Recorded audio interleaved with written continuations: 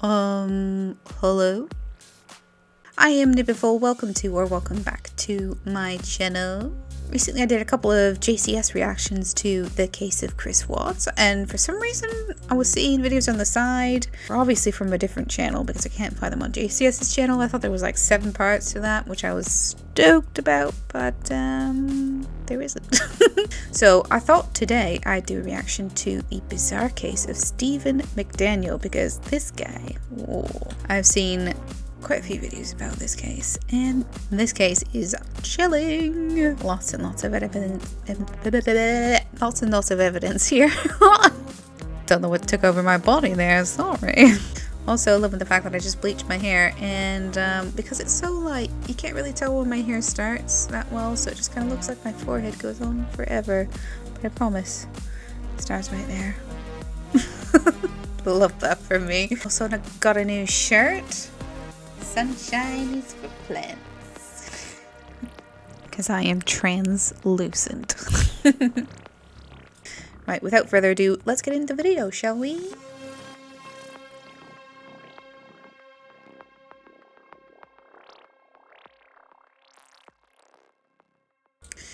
Right, we're going to skim through the video to make sure my big head isn't covering up anything. I've learned my lesson from the last time. Right, let's start the video.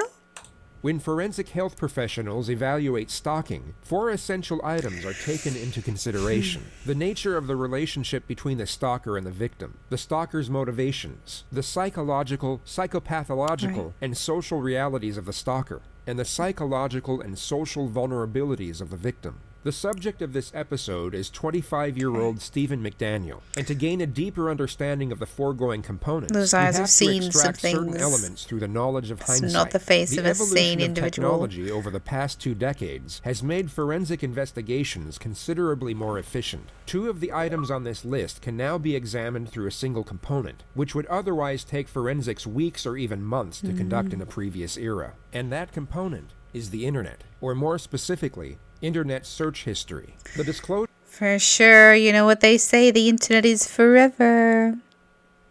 Don't be doing anything naughty. of web browser data is often a crucial piece of evidence for building a case, as it can unveil many aspects of a suspect's personality that would otherwise be kept this hidden. man. And this man is the very definition of crazy eyes. Like, whoa. is sometimes far more effective than anything else presented in court, including information extracted during a full confession. Without going into specific detail, a large majority of the subject's time was... This is just gratuitous. Like, if this is just what he looks like all the time, or if they, like, done this on purpose, like, this man is not okay.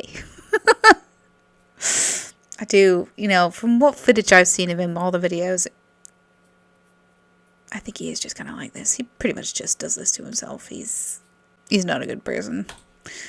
Spent watching porn that surrounded the theme of violence and torture. He would also conduct back-to-back searches of how to commit sexual assault, and would type in several variations of the phrase, "how to molest sleeping girl," to... What the hell? Oh, that's gross, dude. You got some serious effing issues there. That ain't right. That's the kind of person that goes on to murder somebody. Forensics. This is an overt sign of desensitization to sexual activity. Yeah, Excessive for sure. exposure to That's some Ted Bundy shit right there. online pornography can have this effect over time. It can build up a tolerance to the traditional idea of sex. Therefore, the subject may continue a more potent form of stimuli to get the same rush. For Stephen McDaniel, this began with watching abstract material on the internet and eventually led him to planning and then carrying out what he saw on screen. His target was 24-year-old Lauren Giddings, his next-door neighbor of 3 years. And this takes us to item 4 of the forensic She's checklist. really pretty. With respect to social vulnerabilities, the victim essentially had none. Lauren was outgoing and extremely popular. She was a well-liked member of her community and had a strong social support system. With relation to psychological vulnerabilities, the term perceptual naivety would potentially come to light during a forensic investigation. Yeah. Stephen had asked her out on a date within 6 months of their acquaintance, which was She's out of your league, boy. But I'm pretty sure you knew that.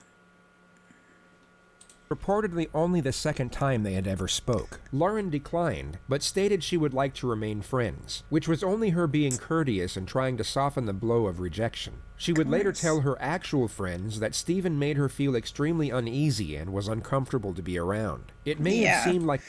Have you seen him? I mean, I'm not one for, like, looks shaming. It's not really just about looks with him. It's about something unsettling in that man's very being. That's what makes him creepy. Alright, I'm gonna sort out this cat, just bear with me. Right, back we go. Like a non-essential observation at the time. But in hindsight, it appears that her instinctive senses were trying to tell her something. Lauren had told her friends multiple times that she felt someone had been inside her apartment, and she also started getting an eerie vibe when she came back alone, especially late at night. It was as though she could sense something wasn't right, and she even thought about moving multiple times, but unfortunately never went through with it. The reality was that Stephen McDaniel had stolen a master's key from a security guard and let himself into her apartment and looked around on several occasions. That is just a nightmare scenario, is it not? Like, I think that's got to be my worst fear. It's not like necessarily somebody stealing a master key to my apartment or something like that, but just like home invasion or burglary or somebody breaking in B&Es, just generally. Yeah, literally have nightmares about it, I swear to God. Not good. Also started filming her when she would leave and return to her apartment during all hours of the day. Had Lauren been in this situation before, or even knew anyone that had, she may have trusted her intuition and unknowingly saved herself from a tragic fate. But that's the key word: trust. She had no proof of the danger she was in, only conviction, which unfortunately wasn't strong enough when it was most needed. Yeah. Oh, this is actual footage.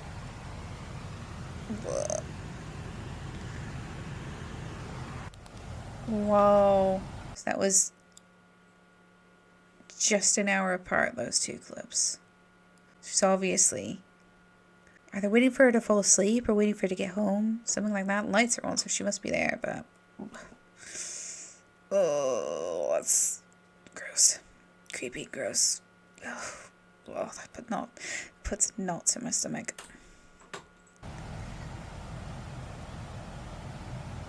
Stephen McDaniel snuck into Lauren's apartment once more, only this time she was sleeping inside. As he crept into her bedroom, she awoke and immediately panicked once she saw the intruder. McDaniel then pounced on top of her and... Again, that's like literally something straight out of my nightmares. I swear to God. Ken. No. You just had some treats. Come here, bud. No. I love you, Ken. But do you gotta? Just give me 1 minute. Proceeded to strangle her for roughly 15 minutes. Lauren put up a courageous fight and clawed at her attacker's face and chest, but she was eventually overpowered and died of asphyxiation. After the murder, Stephen dismembered Lauren's body in the bathtub with a hacksaw. He cut his victim into 5 pieces, placed each piece in a trash bag, and then disposed of each of them in separate trash cans around campus. 3 days later, Lauren's concerned friends would arrive at her apartment and let themselves in with a spare key. McDaniel would notice from his window... Creepy guy.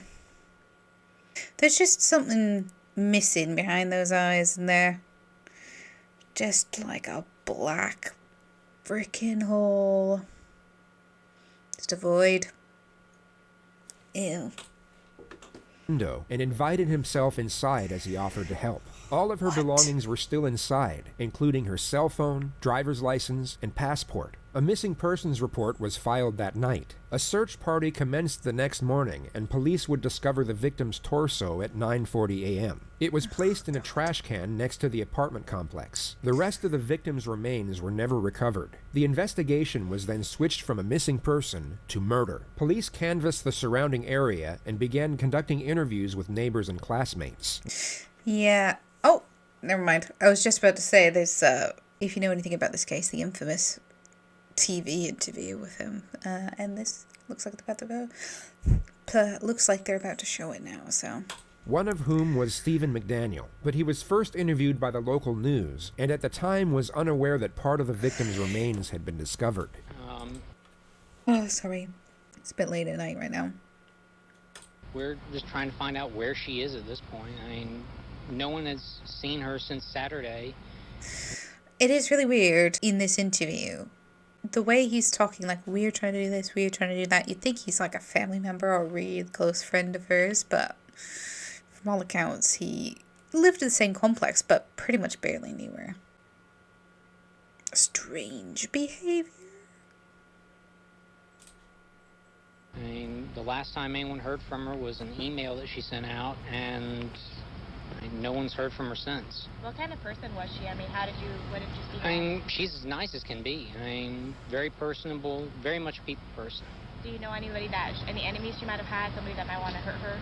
No, we just don't know where she is. What about in the parking lot area? I know they've been doing a lot of, I think that's where they have recovered the body or whatever they recovered from there. Body? Had you heard any, had you seen any? Dun dun dun. He's currently pooping his pants. Look at the scared look in those beady, soulless little eyes. You cooked, my dude. They gotcha. Anything there? Had you seen anything there? I mean, we don't know if this is the same person. You know what I mean? He's absolutely losing his shit right now, isn't he? Wow. Like, they took out a body there earlier. We don't know if it's the same person or not. That's how we're trying to ask people if they know who lived there. Are you okay, sir? I think I need to sit down. Okay. Yeah, that is a visceral reaction. I think if I had seen this on TV, the way he was talking, he did present himself as like very close to her, like I said, like a family member, a very close friend, somebody who was like very closely involved in the search effort and her life in general. So I can see, sorry, I got like a cat hair. So I can see that being like a gut punch reaction if he was actually close to her, but he wasn't. That was just him losing his mind because he knows he's gonna get caught now. So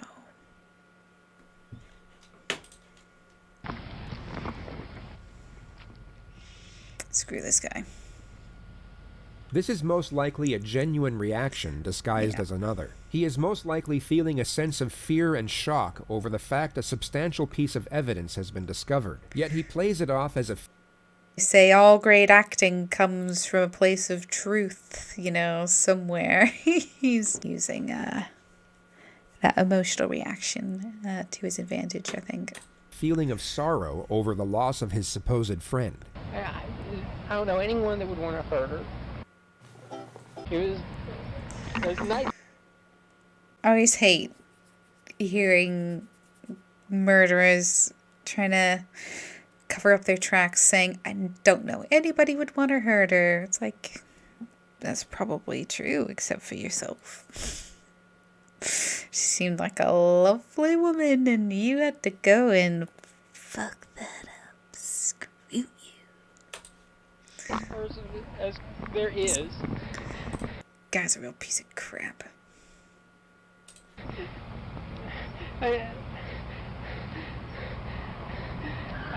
Was she moving soon? Did you know anything about her? Yeah. She was going to be moving out today.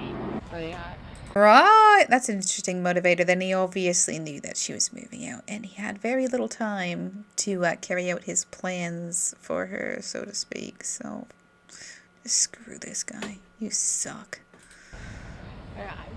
Why would anyone do this? Maybe I could have. Very good question, Steven. Why the hell would you do this, you sicko? Oh, I mean, they went in, we looked around the place. No sign of a struggle, no sign that anyone had broken in, just nothing. He was interviewed by police at 11:50 a.m. and offered to help in any way he could, yet came across as fidgety and apprehensive the entire time. There were two highlighted moments of the interview. The first was when Stephen asserted that he was a virgin, saving himself for marriage. The second was when the detective discovered scratch marks on his face and stomach, which he asserted were done by himself in his sleep. He at that point unknowingly became the prime suspect and was asked if police could search his apartment. Stephen reluctantly accepted and was then transported back to the complex with 4 other investigators. While searching his apartment, they discovered a collection of swords, guns, toilet rolls, stockpiled provisions as if he... Toilet rolls? What? I mean, the rest of the stuff is kind of like hoarders, doomsday prepper, like 101 BS, but toilet rolls. Maybe, no, they showed empty toilet rolls, but maybe it was actually like rolls of toilet paper, because that would make sense with the rest of this, but like empty toilet rolls? What? I don't know, dude. He was expecting an apocalyptic event, and a mask made out of women's underwear. The most significant discovery, however, was a pack of condoms. Stephen was... That's so weird. That's some like Leatherface kind of stuff, isn't it? A mask made of women's underwear. Oh, really sickening. I mean, I want to say fetish. I don't want to kink shame anybody, but like, kink shaming this guy. Screw this guy. Asked why he would have such an item in his possession if he was staying celibate before marriage, at which point he miraculously confessed to stealing them from another apartment. This gave the detectives probable cause for arrest, and yeah, like, I don't understand that. Why not just be like, oh, I bought them in a moment of weakness? Why would you, like, admit to a crime? That's so weird. Stephen was placed in handcuffs and brought back to the police station. His interrogation began just after 11 p.m.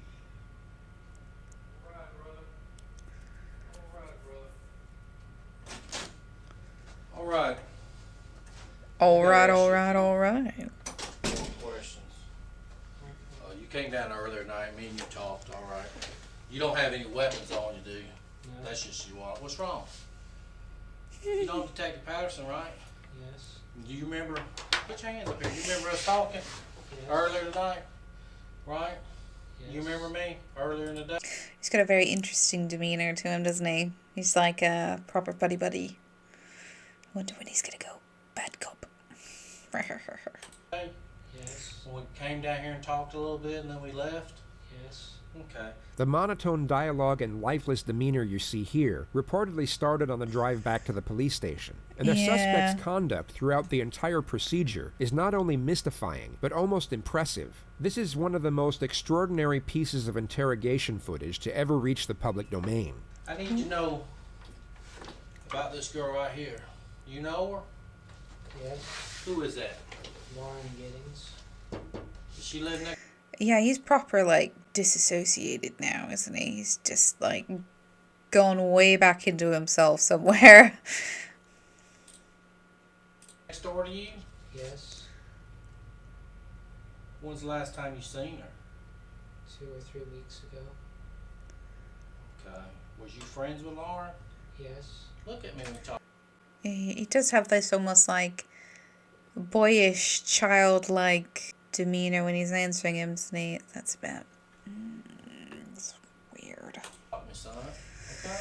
The suspect has morphed himself into this abnormal and extremely creepy character. Whether it's a strategy or some sort of mental breakdown is unclear. I feel like what's it's incredible a mental is that it breakdown. somewhat dictates the pace of the interrogation. The detective has just closed the distance and commanded eye contact, both of which are recognized techniques to increase psychological pressure. Yet the absurdly haunting manner in which the suspect turns his head and fixes his gaze unnerves the detective to the point where he becomes the one to look away and reset his posture. It makes me like the way looking at it, and it's just like, it just makes me feel like I want to shrink in myself a little bit.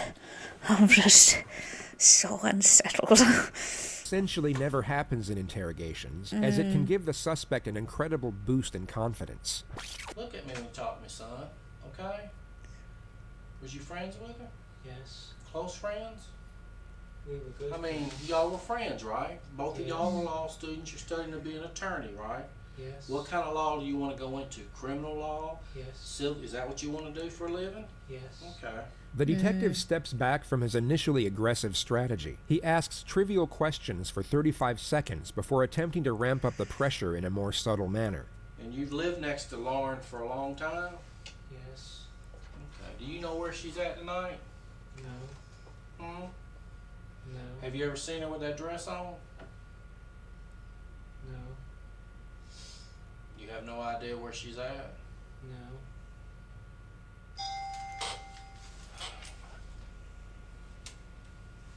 Yes.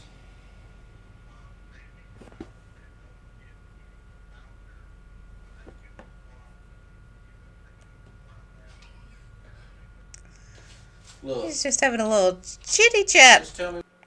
A little chit chat on the phone. Just a genial conversation. I'm gonna pause this for a second. I've got something on my chin that's very itchy. Right. So What happened, brother? I don't know. Well, where's she at? I need you. I'm asking you for your help. I'm a detective, and I'm asking you for your help. Can you help me? I don't know. What do you mean you don't know? You can't help a friend out? I don't know what you need. I need to know what. I know, obviously, the narrator to this video is like, oh, we don't know if he's just putting on a character. I don't want to give him that much credit, to be honest. I think he's just absolutely, he's lost the plot. And he's had some kind of, like, break. And he's just somewhere else. You know what I mean? It's properly unsettling to watch, isn't it? It's just creepy. You expect it to be like the beginning of some sort of found footage horror movie with the way he's acting. It's just so creepy. Oh no. What Lauren saying? I don't know. Well, Do you even care that no one can find her? Yes. I mean, I don't know. Do you? Yes.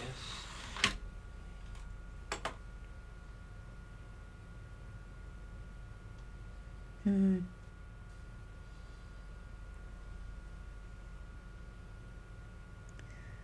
What's up with the pair of underwear that was in your apartment? That was like a mask. It was cut out like a mask. You cut underwear out that look like mask? No. Are you a knife collector or a knife person, or No. you just like knives? I used to collect swords. I mean, do you know your swords? Yes. I mean, to sell and trade swords? No. Is that how Lauren looked with the long hair the last time you seen her? Yes. Or did she cut? That's how she looks.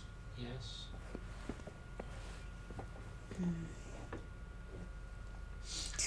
So I'm not really reacting that much to this bit. It's just, it is pretty fascinating to watch. You know, none of the usual techniques of making somebody unsettled, like the constant eye contact, you know, staring at the picture of the victim themselves, asking a lot of questions about the victim, trying to catch him out by like, is this what they look like? Da, da, da, da. It's not working on him because he is not there. I mean, earlier today, me and you sit here and talk normal. What's going on with you now? Why are you acting like this? I need to know. Why all of a sudden you're acting like this? I don't understand. Okay. Earlier today, we sat here and talked. But now you're acting like you don't know what's going on.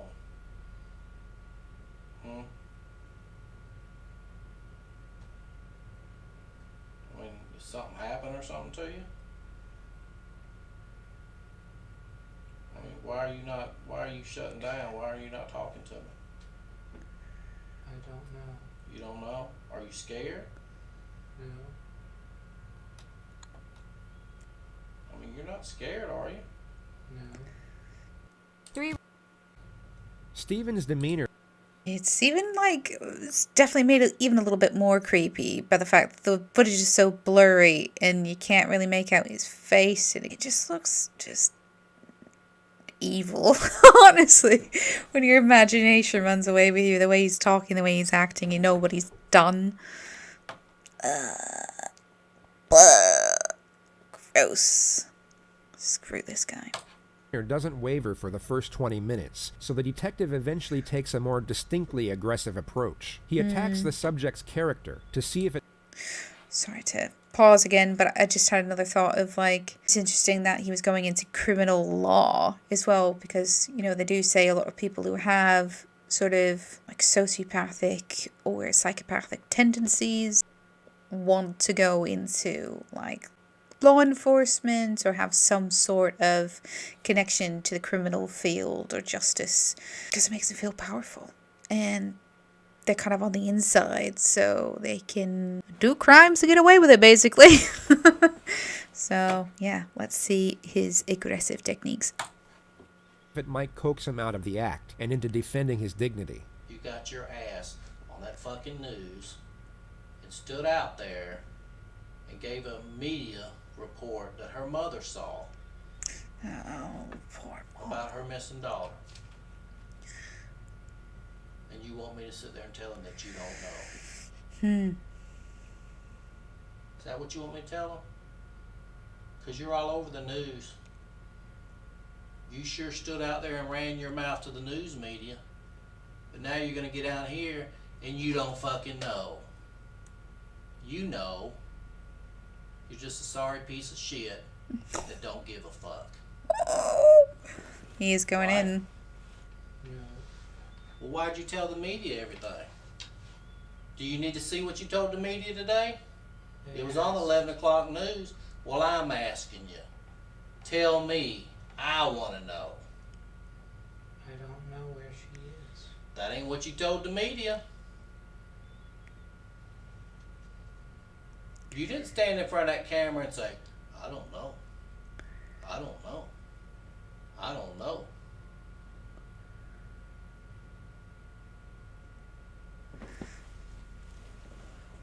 I need you to tell me what you want me to tell her mother. And then I won't ask you another thing. I'm not going to tell her mother that you don't know. Because her mother saw you on the news tonight. And she cried all the way down to Macon. Poor mother. I don't know if he's making that up. I'm sure she's crying her eyes out this entire time over everything, but ugh, that's awful. Poor woman.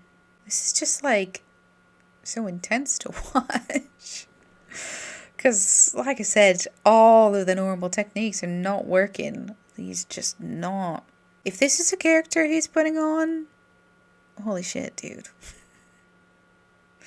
He truly is like sociopathic, if not psychopathic, if you can pull that off in the face of this kind of pressure. Because you had the balls to get on the news and tell everybody everything. So this little act that you're doing right now ain't working with me. Okay? So you need to snap out of it and tell me what the hell happened so we can move on. I don't know. How many times you gonna say I don't know? How many times you gonna say it? If you did something that you regret, you need to let me know. So I just took a little break to blow my nose. I didn't. Well, who did? I don't know. Whether it was planned or not, the second Creepy. detective enters the room with a similar strategy of immediate aggression. Rapport development seems to have been collectively thrown by the wayside. What's up, bud? Did you talk to him about his guns? Yeah. When was the last time you shot those guns? I haven't. You've never shot a gun? No. Have you ever shot any gun in your whole life? No. Never. No. So you bought 3 guns that you've never shot. Yes. Why? Yeah. For what? To have. For what? I'm asking for what? Why do you want to have them? What makes, did they give you, I mean, tell me why it's important to you to have 3 guns.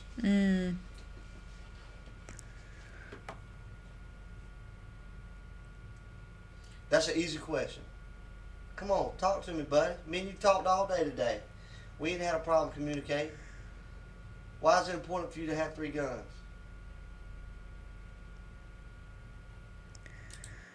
He's like not even moving. Obviously, you can't see like the finer details of his face right now, but like his body is just. I've never seen anything quite like that, if I'm honest. It's freaking me out. Do you not know? You say you don't know where Lauren is, right? You told me earlier you and Lauren were friends, right? How would you describe y'all's relationship? She was your friend. What did you ever do things for her? Did she ever do things for you? What did she ever do for you? We talked. We talked. What y'all talk about? News. The news. The news. Okay. How many times have you been in her apartment with her hanging out? I don't know.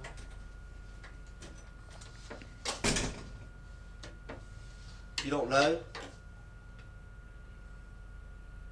If you had to guess, what was just, I mean, 1 time, 2 times, 3 times, what?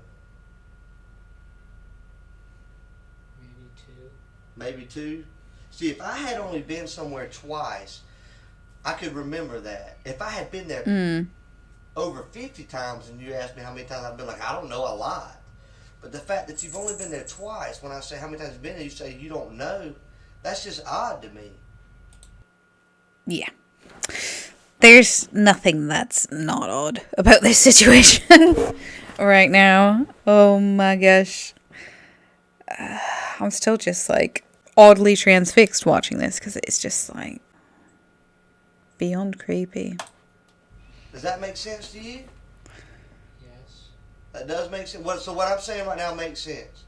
No.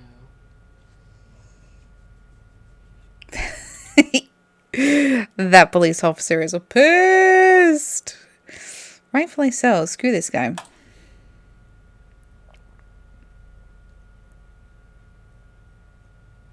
Lauren's missing. I mean, either way, if this is an act or some kind of like mental break, it's impressive because I suppose people can go into like a fugue state or whatever you want to call it for, I don't know, maybe days at a time, but this is a long time to be keeping this up. Pretty little girl right here. Your neighbor. She's missing. Much like Detective 1, Detective 2 now valiantly moves in for the psychological charge. He closes the distance and locks eye contact. His physical demeanor, alongside a prolonged gaze, will hopefully crack the suspect's fortified barrier. Once broken, the momentum will commence and the suspect will be more likely to divulge incriminating information. All the detective has to do is maintain eye contact for longer than his adversary. It's a psychological battle of attrition between 2 opposing forces, and these moments can sometimes last for minutes on end. I know. Me and you both know it's no different than when you was a little kid, right? And you reached in that cookie jar and you got caught after your mama told you not to get that cookie. When she was, did you get a cookie? No. And whenever you tell a lie, you feel bad about it right then. One, with every lie, there's a chance you're gonna get caught. And that weighs on you. Because you know you did something bad.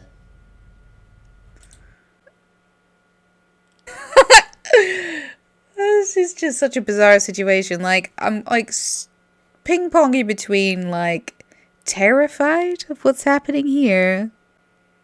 Extreme, but that's like an argument for demonic possession right there, isn't it? Not just like it's I think my mind's going to that place just because it's like literally something out of a horror movie. Somebody just like soulless and creepy, just staring at you like, no, officer, I don't know what you mean. And also like this weird analogy of like you stealing a cookie out of the cookie jar. You just feel bad about that, don't you? It's like such a weird moment in time. This, wow. All right. I mean, I know what the officer's going for there, but it's kind of weak sauce, isn't it? I didn't do it. You didn't take the cookie? No. You smell like you've been cleaning up, like you've been using cleaner to clean up. I Ooh. know what that smells like. My wife smells like that all the time when she cleans her house. You've been using some kind of cleaner to clean up your apartment, haven't you? No. Hello. Steven, you telling me you live like a maid? How does your apartment get cleaned? I cleaned it. When was the last time you cleaned it, Steven? I don't remember. Was it this week? No. You mean you go a whole week without cleaning? Yes. Why? That's horrible, Steven. I don't know how else to say it, Steven. Let me tell you what I think. I think that Come on, get into it. Let's stop lollygagging around like molly maids and cookie jars, guy. Come on. The meat of it. The meat. she was a friend of yours. Look at her right here. I think that she was a friend of yours. I think something happened, Steven.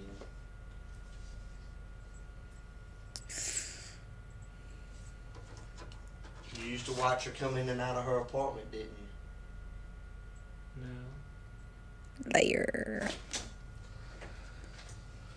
Well, how y'all doing? We're just talking.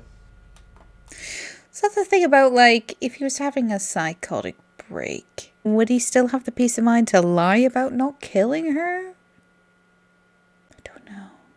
Maybe it's not a psychotic break. Maybe it's just, like I said, disassociation. And that's a very protective state mentally. So, you can tell I'm not a professional psychologist. Just reaching. Anyway. See that pretty girl right there? Yes. You telling me you looked at a pretty girl like that and you never once thought, ever, man, she looks good. You never thought that? I don't understand. Well, I think you do, What Stephen. do you mean you don't understand? I think- You know how when you're sitting there, you see a girl walking down the road, and you say, man, that girl looks good. You ever see a good-looking girl on the road, you think to yourself, man, that girl looks good. Yes. You never thought that about her? Yes. So you mean to tell me you look at porn on the internet Ugh. and get off to that, but you never looked at her and said, man, I wonder what it'd be like to have sex with her? Yes. You have? No.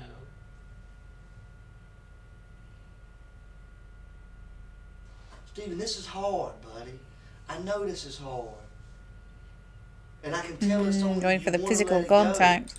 Is that having any effect on him whatsoever? It's hard to tell with the grainy, but I feel like we'll have to see. There's blood in your apartment, Steven. You didn't get it all up. This is the widely recognized futility technique, which is used to make the subject believe it is useless to resist due to the overwhelming evidence against them. It's Wonder if most they did effective when find the blood. interrogator Did they can play find on blood? doubts that already exist in the subject's mind. The only problem here is that Stephen didn't dismember Lauren inside his apartment. It all happened in Lauren's apartment, so the detective's bluff is already called at this point. It didn't all come off. You scrubbed and you wiped. But we can tell that. Don't you watch CSI? There is a lot of moments where there's so much information about, like, CSI work and just police techniques for evidence gathering and stuff like that these days that I can't believe some criminals are just so fucking stupid. You know, just ugh. Yeah, we know it.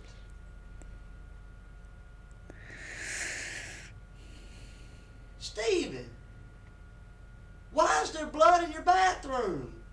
The detective now completely shifts his strategy from confrontational and It's like pulling teeth, isn't it? Just a little break here somewhere for these guys. aggressive to sympathetic and understanding. He attempts to create a connection and then afford Stephen a more socially acceptable reason for the crime. This is extremely difficult to pull off after a direct confrontation, as there is no established rapport nor trust. The usual routine is the exact opposite. You would first build rapport and then get aggressive once a connection has been attained. I wanted to give you an opportunity to tell it. I wanted to be here with you to go through that process because I know you're not a monster, man. I know you're not a bad guy. You're just a hard-working student trying to pass a bar exam, ain't you? You ain't got a lot of support from your family, do you? Yes. You do? The strategy fails at the first hurdle. Stephen immediately shuts down the afforded sympathy and reasoning behind the alleged crime, which was the concept of unsupportive parents. But the detective now has to roll with it. A lot of people can't say that. And the fact that you do have support from your family should make this. Pause for a sec. Sorry, my eyes are super dry and I keep on needing to take breaks. But here we go. Things easier because your family wants to feel like they've raised somebody that tells the truth and is honest, right? Yes. Did you hurt that girl, Stephen? No. Have you ever hurt anyone, Stephen? No. Never hurt anyone. We know that's not true, Stephen. Piece of crap. I've made mistakes in my life. It's not even normal to say you've never hurt anybody. Sometimes people get mad. They say things they don't mean to say. It hurts. You never kicked a dog or a cat? The lead detective then asks non-confrontational questions for almost 30 minutes, which is most likely to see if it will change the suspect's demeanor and the manner in which he responds. But it doesn't. Stephen maintains the same lifeless disposition which he has now kept up for almost 90 minutes. That is You know what's impressive. crazy? I was talking to people that he works with and everything. They talk about how he's always expresses himself. But he don't know. He's very talkative. Stephen, they say you're so talkative, buddy, that you always so friendly. You stop in and say hello, and you talk. Why is it that you're acting so short with us tonight? If you have all this character and personality about you, why is it that everything that we get from you is yes, no, or I don't know? I don't know. So crazy, isn't it? Like, I just didn't know what to say. I've never seen anything like it before. It's like maddening sitting here watching them try to get through to him. Just failing miserably.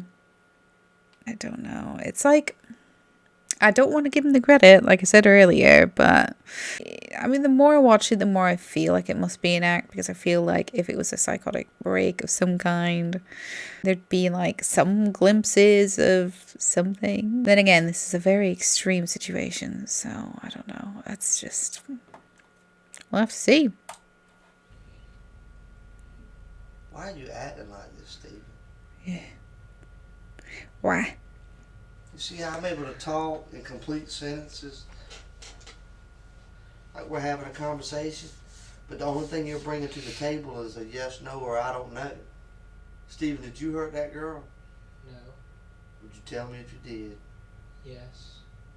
Have you lied to me at all in this interview? No. Yes, you have, Stephen. When was Mm. the last time you did laundry? A few weeks ago. A You few ain't washed weeks. clothes in a few There's a lot of offensive things about this young man, and that is definitely one of them. weeks. Yeah. Why? I have a lot of clothes. No, you don't. That's another lie. You don't have a lot of clothes. Yes, I do. Nope. You got enough underwear to last you 3 weeks. Yes. Do you wear the Turn same 'em pair of inside underwear every out. day? Yes. Why? Because it's still clean enough to wear. Where's that little girl, Stephen? I don't know. Stephen, you know. You're going to look at this right here, this little girl right here, and you're going to say you don't know? I know you know. Oh, man, this is brutal.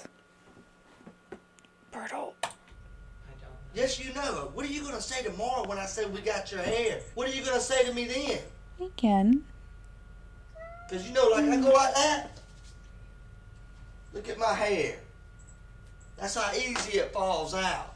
Look at all that on your head. You don't think none fell out? It did. As we know, Stephen went inside Lauren's apartment with her friends 3 days after she was already deceased. This would give reason for his DNA being found at the scene, and would essentially nullify its use as damnatory evidence. Stephen, being a law student, would be well aware of this. We just want to give you an opportunity to tell. Oh, he's clever, isn't he? Yeah. Well, that's what I was saying in the beginning, about a lot of people who want to commit crimes. They like to go into the law profession so they can get away with said crimes. Tell it. So you didn't look like a monster at the end. Because you know what? I don't believe that you're a monster, Stephen. I believe that you're a good guy. I for one do believe this man's a monster. He's freaky as hell. You've been picked on. Girls didn't show you the respect that you deserved. You did something stupid. And I He's an incel. believe you feel bad about it. Stupid And that's why you're all incels. freaked out right now. But I'm giving you the opportunity to get right. I'm giving you an opportunity. Ken. Come on, bud. Right. Cat dealt with. To show everybody you're not a monster, that you feel bad about what happened. Your hair's there, man. Your hair is there. That's right, buddy. See that? Look at it. See how easy? See this stuff right here, your hair? Yeah, it fell out of your head when you was moving the body, Stephen. That's right. You remember moving the body? No. Yes, you do, Stephen. Why, man? Why? Tell me, bud. I didn't do it. Yes, you did, Stephen. We want you to tell it so that way people will understand you're not a monster. Things just, you got out of control. It's a sickness. Well, he's right about that. It's definitely a sickness with this guy. He's sick as hell. Why'd you do it, Stephen? I didn't do it. Stephen, why are you going to keep telling that? You hurt that girl. No, I didn't. Yes, you did, Stephen. Yes, you fucking did, Stephen. You hurt her, man. She was screaming. Screaming, Stephen. Why? And I know you feel bad about it. I can see it in your face. What came over you, man? He's still just not, like, reacting at all, is he? He's just dead still. Dead quiet. This is intense. What happened, Stephen? I don't know. I know you don't know. You couldn't control it, could you? If it was an act, it's definitely a choice. But then again, like they say, he's going to school to become a criminal lawyer. So he would definitely know the techniques that would... Well, I don't know how much to learn about interrogation, but like the techniques that would hold up as a defense in court, say. An insanity plea, possibly. He thinks this could be the groundwork for that type of plea. I didn't do it. Stephen! They steal your hair and take it over there? They didn't, did they? I don't feel like... I mean, I don't want to shit all over this cop, but I'm not like the biggest fan of his techniques, you know what I'm saying? He's a bit clumsy about him. Cookie jars and That's right. just All wild that's in here assertions. right now. He knows is what you're thinking. Stephen, I don't want it to be a game between me and you. I know it hurts, and I know you're not an awful person and you want to tell it. Your hair was there, Stephen. We've all known it all along. We wanted just to give you an opportunity to tell what happened. Did y'all have sex? No. Did you try to have sex? No. Think about having sex? No. Liar. What kind He's of man definitely doesn't a think liar. about having sex? You said earlier you like girls, right? Yes. You said she's a pretty girl, right? Yes. What'd you do to her, Stephen? I didn't do anything. You're lying. You hurt that girl. No, I didn't. Sure it did, and that's why you're having this massive meltdown right now. The detective quite literally repeats the phrase, "You hurt that girl," to which Stephen responds, "No, I didn't," and this goes on for the best part of 20 minutes. Perhaps the detective's strategy was to induce mental exhaustion, yet it had no effect whatsoever. Yeah. Why did you hurt that girl? I didn't. Yeah, it's just a bit clumsy, isn't it? Like, but I mean, he's been at this for probably over 2 hours now, so I can see he get pretty fed up with it and just try and hammer it out. You know what I mean? Why'd you hurt her, Steve? I didn't. You hurt her, Stephen. No, I didn't. Yeah, you did. I'm gonna take this from me. You don't deserve to look at it. It's true. Just stay right here, okay? Okay. I appreciate all your cooperation tonight, okay? Okay.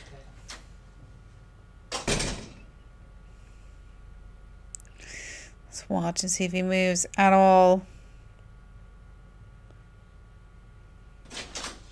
Alright, we're getting ready to go. He didn't even move an inch. I just need to discuss a few more things with you.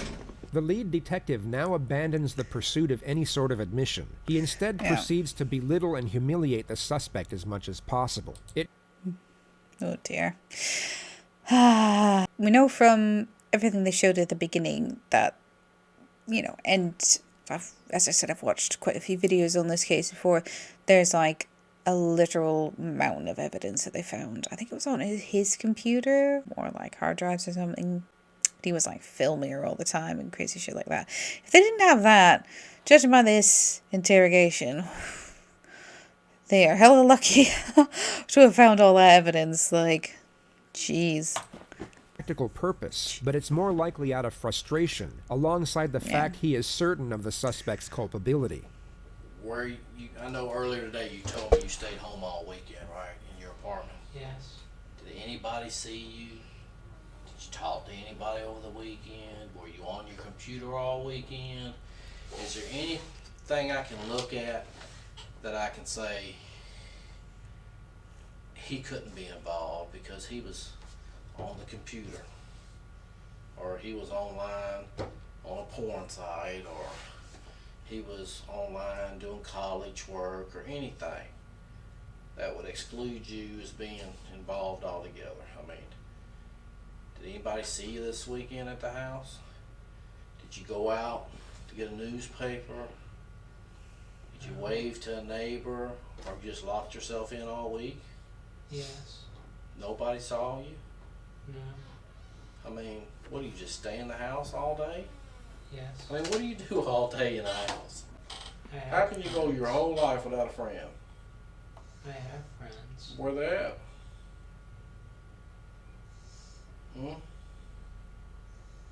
Where they at? You have any friends here in Macon? He's definitely pissed off at him, isn't he? He's just over this. Yes. Name one, because everybody I talked to said they ain't your friend. Lone Ranger. Cass Lawson. Ken. Ashley Morehouse. Carmen Love. That's the same people I talked to today, and they're not your friend. Okay? One of the reasons interrogations are so fascinating is the ethical vacuum it creates for everyone inside its bubble. In any other circumstance, the detective's behavior here would be considered cruel and reprehensible. He's essentially bullying the suspect, yet the empathy we would normally have is now stripped away through the impression of retribution. We know this person has done something horrific, and the treatment he is now receiving is merited through his own actions. Yeah, that's true. The best way to... Yeah, that's true. I'm not about bullying, but fucking bully this guy. Bully the hell out of him. I don't know. Like, I don't know. It's a strange thing, isn't it? Because, like, I'm very an active watcher of true crime. I'm very interested in criminal psychology. And I'm very aware, acutely aware of, you know, the traumas that people encounter throughout life that are the cause of mental illness and behaviours that end up with crimes like these. But also I do think there's time and place for a little bit of bullying. It's usually in a scenario where you're trying to get a criminal to confess. But yeah, I don't know. It's a weird thing, isn't it? Definitely food for thought.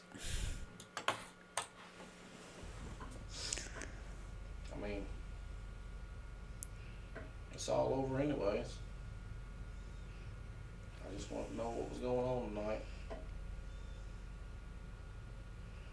The game's over. I mean, we know what you did to her, so we just want to know what if you were going to tell us or not. I didn't do anything. Well, that's what you say. But we know different. So you're fucked either way. Indeed. You're fucked. We already know. We know you killed her. We know you put her body in the trash can. News media knows it. Glenda knows it, your mother. Your sister knows it. He's not even reacting to that. That's brutal. Like, this is either like a severe break of some kind or a very impressive act. Judging by how emotional he got, and I do feel like that was genuine emotion during that interview, that television interview. Judging by how emotional he got there and like the look at his face, and to me it just, yeah, it looked like the world was collapsing in on him basically. I don't know, it's so hard to tell, isn't it? Because like he's got all the tools to, you know what he's doing in a criminal sense, with his criminal law degree, but also he's obviously a very sick individual, and I feel like I remember seeing something about him potentially being schizophrenic or having some sort of mental illness along those lines and some sort of delusions. So I don't know, I guess we'll never know. The one that used to beat your sister, he knows it. You know. That's a brutal detail to throw in there. Jeez Louise.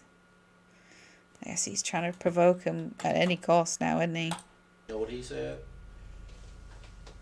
He said he's a crazy motherfucker, is what he said. When I called him. That's your own family calling you crazy. Nobody wants to see you. Yeah. Nobody's coming to visit you. So you can sit there with that dumb look on your face. But it's over.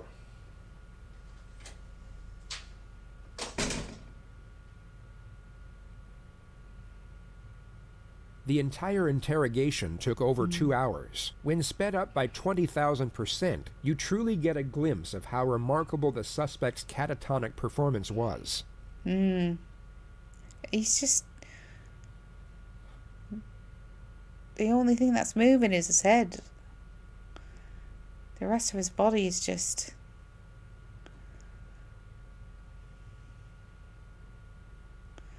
it's crazy, isn't it?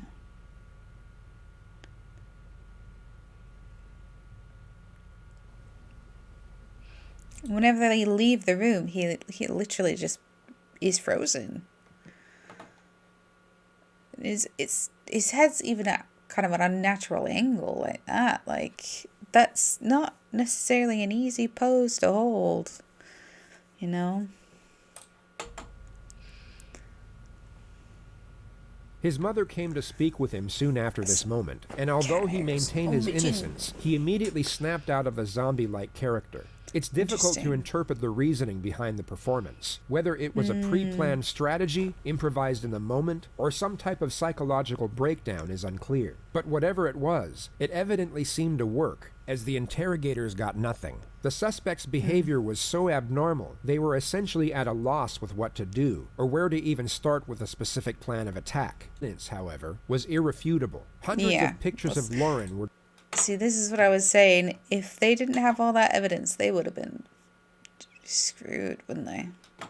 Discovered on Stephen's flash drive, along with multiple video recordings of inside her apartment. A hacksaw was found in a supply closet of the apartment complex, and it was marked red with what was later identified as Lauren's blood through DNA testing. The packaging for the exact same hacksaw was found in Stephen's apartment. When confronted with the evidence, he took a plea deal to avoid the death penalty and was rendered a life sentence without the possibility of parole. He is currently being held at the high-security Hancock State Prison in Sparta, Georgia.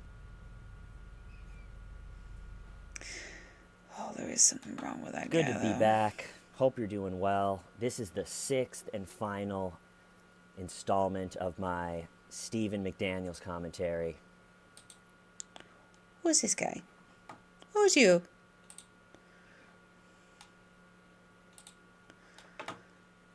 We'll continue watching it, I think. True Crime Loser. Man, it's been a slog. We are deep in the troll vortex of insanity. I don't think anyone's gone this far.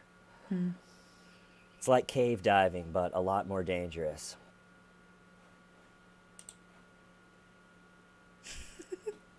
That was a weird little vignette there. Oh, well. Well, that was something. I feel a little shell-shocked after that somehow. I just don't know how to feel. I don't know how to feel about that. I'm still really 50-50 about whether or not that was an act or some kind of actual mental break. Hindsight, when they said that his mom showed up after the interrogation and he was like normal with her, that to me feels like manipulation. And the fact that he was a law student and would have known how to essentially lay down the foundations, as it were, for like an insanity plea situation, I feel like. Bottom line, I am sorry for what happened to you, Lauren. You did not deserve that. And screw you, Stephen McDaniels. You suck. I hope you guys enjoyed the video, and I would love it if you would comment, like, subscribe, share the video, and I will see you again next time. Thank you for watching. Bye-bye.